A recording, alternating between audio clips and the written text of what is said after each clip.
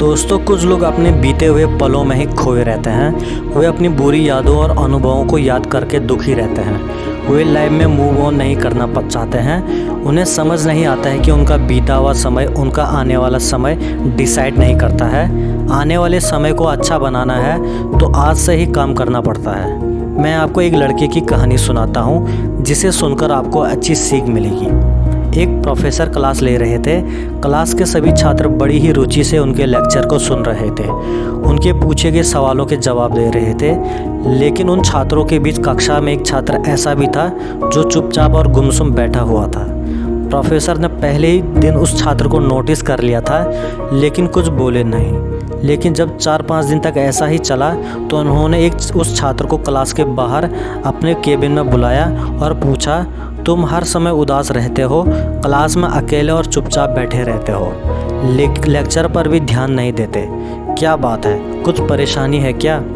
छात्र कुछ हिचकिचाते हुए बोला, मेरे अतीत में कुछ ऐसा हुआ है जिसकी वजह से मैं बहुत परेशान रहता हूँ, समझ नहीं आता क्या करूँ। प्रोफेसर भले व्यक्ति थे। उन्होंने उस छात्र को शाम को अपने घर पर बुलाया। शाम को जब छात्र प्रोफेसर के घर पहुंचा तो प्रोफेसर ने उसे अंदर बुलाकर बैठाया।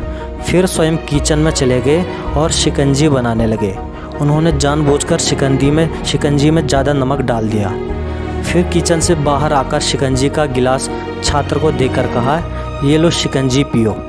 छात्र ने गिलास हाथ में लेकर जैसे ही एक घूंट लिया, अधिक नमक के स्वाद के कारण उसका मुंह अजीब सा बन गया। यह देखकर प्रोफेसर ने पूछा, क्या हुआ, शिकंजी पसंद नहीं आई? नहीं सर, ऐसी बात नहीं है, बस शिकंजी में नमक थोड़ा ज़्यादा है, ऐसा छात्र बोला। अरे अब तो ये बेकार हो गया है, लाओ गिलास मुझे दो, मैं इसे फेंक देता हूँ। प्रोफेसर ने छात्र से गिलास लेने के लिए अपना हाथ बढ़ाया, लेकिन छात्र ने मना करते हुए कहा, नहीं सर, बस नमक ही तो ज़्यादा है, थोड़ी चीनी और मिलाएंगे तो स्वाद ठीक हो जाएगा। यह सुनकर प्रोफेसर गंभीर हो गए और बोले, सही कहा तुमने, अब इसे समझ भी जाओ, ये शिकंजी तुम्हारी ज़िंदगी है, इसमें घुला नमक तुम्हारे अतीत के बुरे अनुभव हैं। जैसे नमक को शिकंजी से बाहर नहीं निकाल सकते, वैसे ही उन बुरे अनुभवों को भी जीवन से अलग नहीं कर सकते। वे बुरे अनुभव ही जीवन का हिस्सा हैं। लेकिन जिस तरह हम चीनी मिलाकर शिकंजी का स्वाद बदल सकते हैं, वैसे ही बुरे अनुभवों को भूलने के लिए जीवन में मिठास तो घोलनी ही पड़ेगी।